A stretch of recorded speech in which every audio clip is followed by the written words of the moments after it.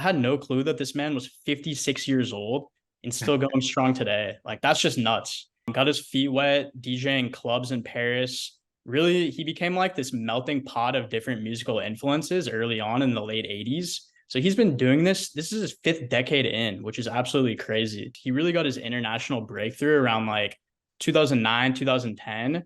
He had this huge hit song with Akon. I wish Akon was still, doing his thing on every single chorus and hook. Today, I miss those days of the early 2000s where he was just on every track, just making bangers. But he had that song Sexy Bitch with Akon, and you couldn't go anywhere without hearing this. And he also produced the song for the Black Eyed Peas when they're at their absolute peak. I Got a Feeling. Everyone knows that one. Yeah. Absolute banger. Like one of the biggest songs of all time. Early on in like the iTunes days, it was actually the most downloaded song ever. So he's Wow. really been around for a while. And at this point, he's really built this reputation as almost a DJ Khaled on steroids, working with people from all over the world, from Rihanna to Sia to J Balvin, like I said, BB Rexa, of course, to even like a lot of Afro beats artists today. And his sound really is a melting pot of so many different cultures and genres. And one thing that he does really well is puts all these people on songs together and creates this unique like blend of different sounds from around the world that people absolutely love.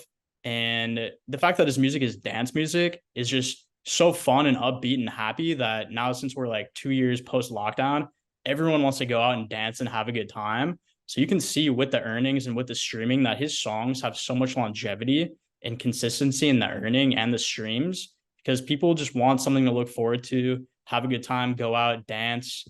And he's really one of, the poster childs of this kind of music. And that shows in the earnings. I mean, this song alone makes up 60% of the contributing revenue for all the catalogs or all the songs in the catalog. And this catalog has about 25 different tracks in it with a bunch of big artists. So, I mean, just a testament to David Guetta and his influence.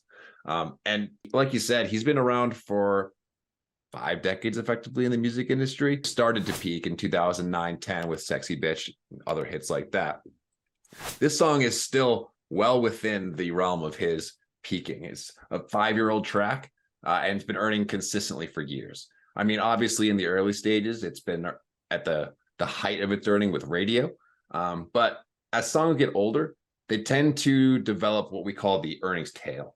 And that's when stuff gets to be in regular listenership. People are regularly streaming it. It might be on some fixed playlists, stuff like that. So the earnings get really, really solid, really consistent. And in just the last 2-3 years, it started to happen with this track. I think the fluctuation has been around 10% up and down, which is exactly where you want to be for something like this.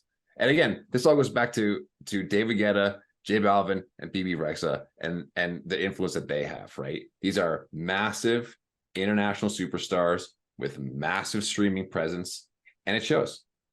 The royalty earnings are directly indicative of the consumption, and the consumption is that people are listening to it all over the world.